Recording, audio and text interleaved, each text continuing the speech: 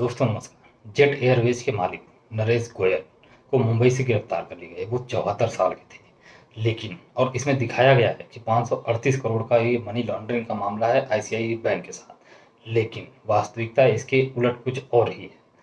और India airlines की बैठक हुई वहाँ, उसके कुछ घंटे बाद मुंबई से गिरफ्तारी हुई है। तो ये गिरफ्तारी के पीछे कुछ गहरे राज हैं, वो मैं भी आपको बताऊंगा। बहरहाल पहले दो तीन चीज़ें बता देते हैं आपको कि जो मामला, ये गिरफ्तारी जो है, जो दिखाई जा रही है कि इतने के लिए हुई, यानी 538 करोड़ के लिए, तो वास्तव में वो उतने के लिए नहीं, वो अरबों खरबों का मामला है। जी हाँ। और सोर्स तो ये कहते हैं ये फ्रीज मनी है और पार्टी फंड का मामला है टोटल। दो तीन दिन पहले एक रिपोर्ट आई थी, उसमें आपने देखा होगा कि कांग्रेस के उसमें बैंक में 165-160 करोड़ के आसपास थे, और भाजपा में करीब 36-37 या कुछ इसके आसपास ही थे, यानी 4,000 से कम ही थे कुछ। आपको क्या लगता है, भाजपा 4,000 करोड़ में अपना सारा चुनाव लड़ लेगी, या कांग्रेस 165 करोड़ में, 160 करोड़ में अपना चुनाव लड़ लेगी पूरे स्टेट, सभी स्टेट में? या सभी कांग्रेस में मान लीजिए अलायंस आ गया है और वो सभी लोगों का अपना फंड आ जाएगा, ठीक है, पर भाजपा 4,000 करोड़ में लड़ लेगी पूरे देश में?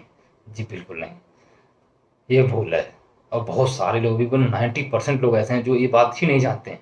भाजपा यदि किसी स्टेट में थर्ड आ रही हो, उस स्टेट में भी 4,000 करोड़ खर्च कर सकती है, आराम से करेगी। तो आप सोचिए, जहाँ वो फर्स्ट आने की उम्मीद है, जहाँ वो सेकंड पोजीशन पर है, उसे फर्स्ट पे जाने के लिए कोशिश करनी है, वहाँ कितना पैसा खर्च होगा। और यही जो है, यही सारे फसाद की जड़ है। और इसी वजह से जो कहा जा रहा है कि गोयल साहब की गिरफ्तारी हुई है। नहीं तो आप देखिए, जेट एयरवेज जो है वो 19 में बंद हो गई।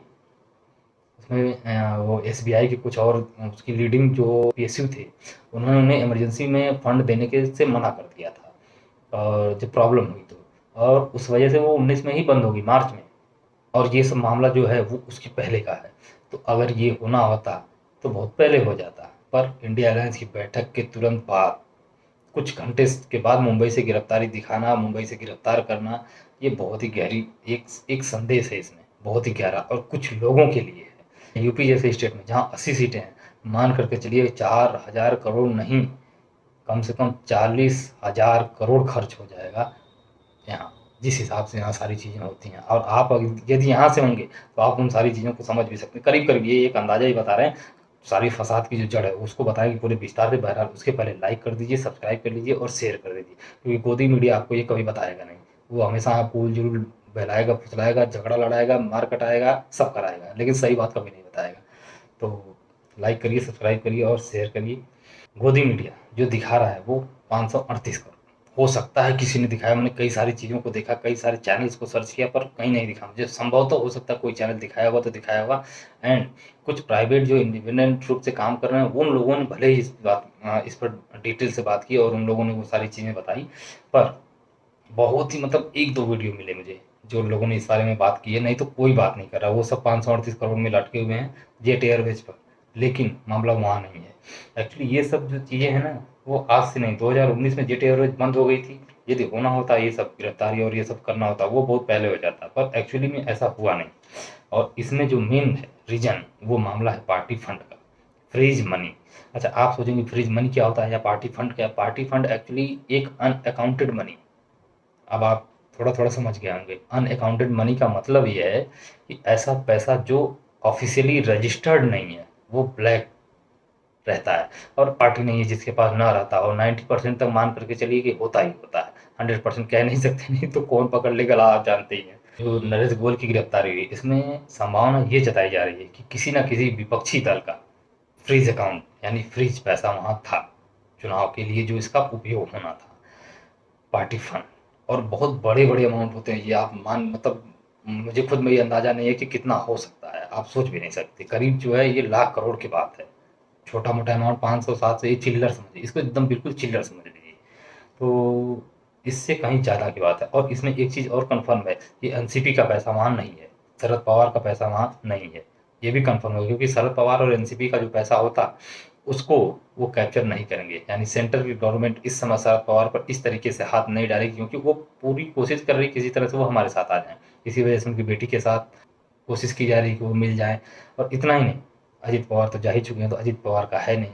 तो आप सोच लीजिए मामला कहाँ। अच्छा, एक शुगर वाला, वो शुगर मिल वाला जो कल का आया हुआ है, जिसमें ईडी ने क्लीन चिट दे दी अजित पवार को।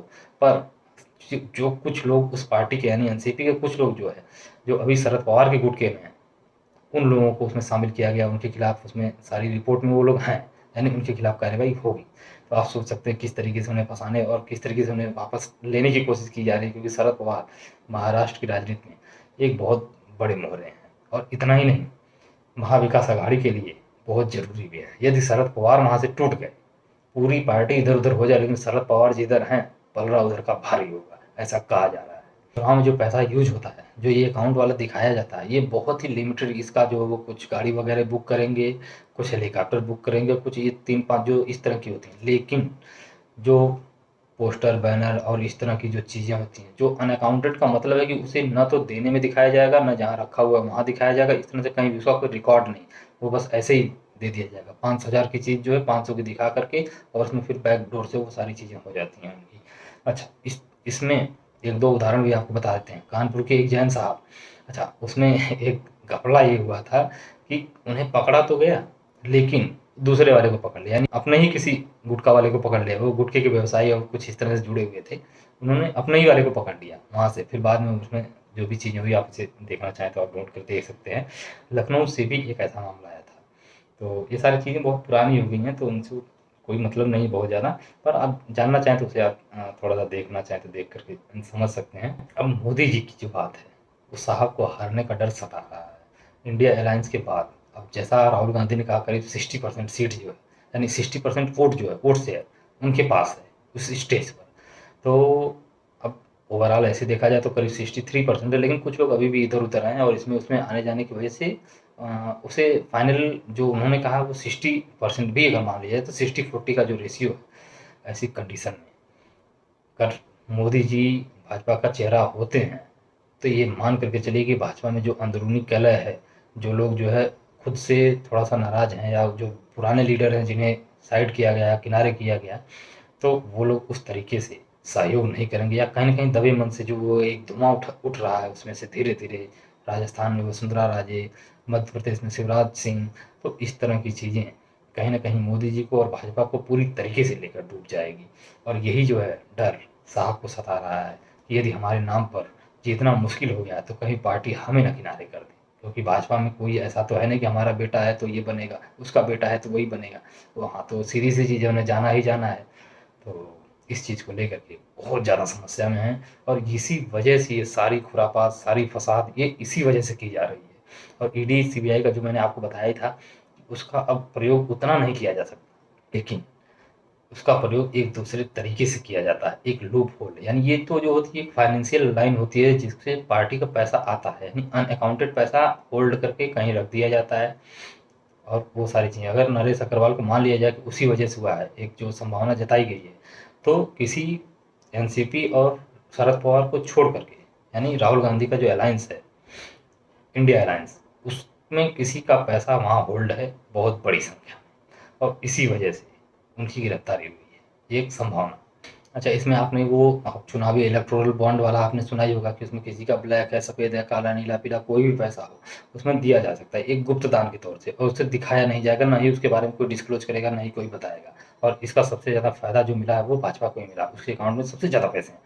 लेकिन अब एक संभावना जो निकल करके आ रही है कहीं ना कहीं, जिस तरह से लोग परेशान हुए, जिस तरह से लोग कहने लगे कि ये पैसा कहीं ना कहीं इंडिया अलायंस के पास भी है, और वो पैसा इसी तरह कहीं न कहीं जो है फाइनेंशियल एक पाइपलाइन जिसे कहा जाता है कि वो फाइनेंस का एक रूट है, वहाँ से पैसा आता है, एक जगह होल्ड कर दिया, चुनाव में जब ज़रूरत पड़ेगी वहाँ से लिया जाएगा और डाल दिया जाएगा, जहाँ भी चुनाव होगा। अब इस समय पूरे सेंटर का चुनाव है तो हर जगह होना है, तो वो इस तरीके से यूज़ करते हैं। और इसमें जो पैसा आता है वो कहीं न कहीं बिज़नेस घरानों से और इन लोगों से ही आता है। और ये जो गिरफ्तारी हुई है उसमें यही कहा जा रहा है कि ऐसे जो घराने हैं, जो ये फाइनेंशियल पाइपलाइन को ज़िंदा करते हैं, जो इसको सपोर्ट करते हैं, या धीरे से चुपके से 100-200 करोड़, 500 करोड़ अपना दे देते हैं।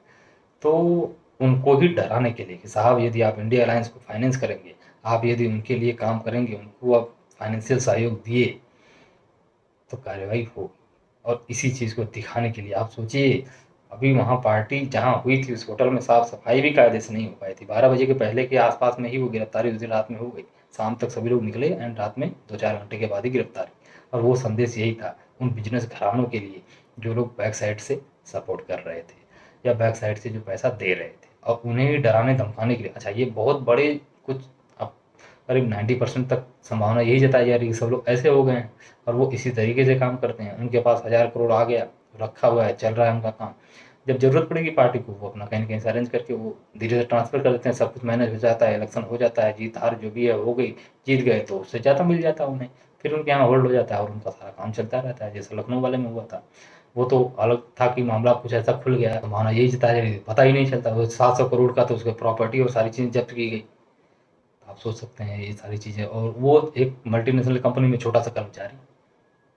सोच सकते हैं किस तरीके से सारी चीज़ें की जाती हैं। और इसी जो ये फाइनेंशियल जो क्रम है, जो मैंने आपको शुरू में कहा था कि मैं आपको ये बताऊँगा कि ये मामला जो अंदर इसके है, जो गहराई है तो वो यही है, एक गहरा राज कि ये जो फाइनेंशियल क्रम है, पाइपलाइन, उसे तोड़ने की कोशिश है या उसे डराने की है कि साहब यदि आपने इधर कुछ किया, उधर कुछ दिया, तो मामला गड़बड़ है। और यदि पैसा नहीं होगा तो इंडिया एयरलाइंस पूरा कैसे काम करेगा? उनको कहीं न कहीं, अब जो उनके अकाउंट में उसमें से कोई भी नहीं लड़ता, उसका कम से कम 1000 गुना तो मान के चलिए, जो अनऑफ़िशियली है, जिसके बारे में कहा नहीं जाता, सिर्फ़ संभावना ही कही जाती है, संभावना जताई जा सकती है। तो ये सारा मामला है। बहरहाल, आपको अगर ये सारी चीज़ें समझ में आई हों, अच्छा लगा हो वीडियो, तो लाइक करिए, शेयर करिए, सब्सक्राइब करिए। मिलेंगे फिर किसी और चर्चा में, तब तक के लिए नमस्कार।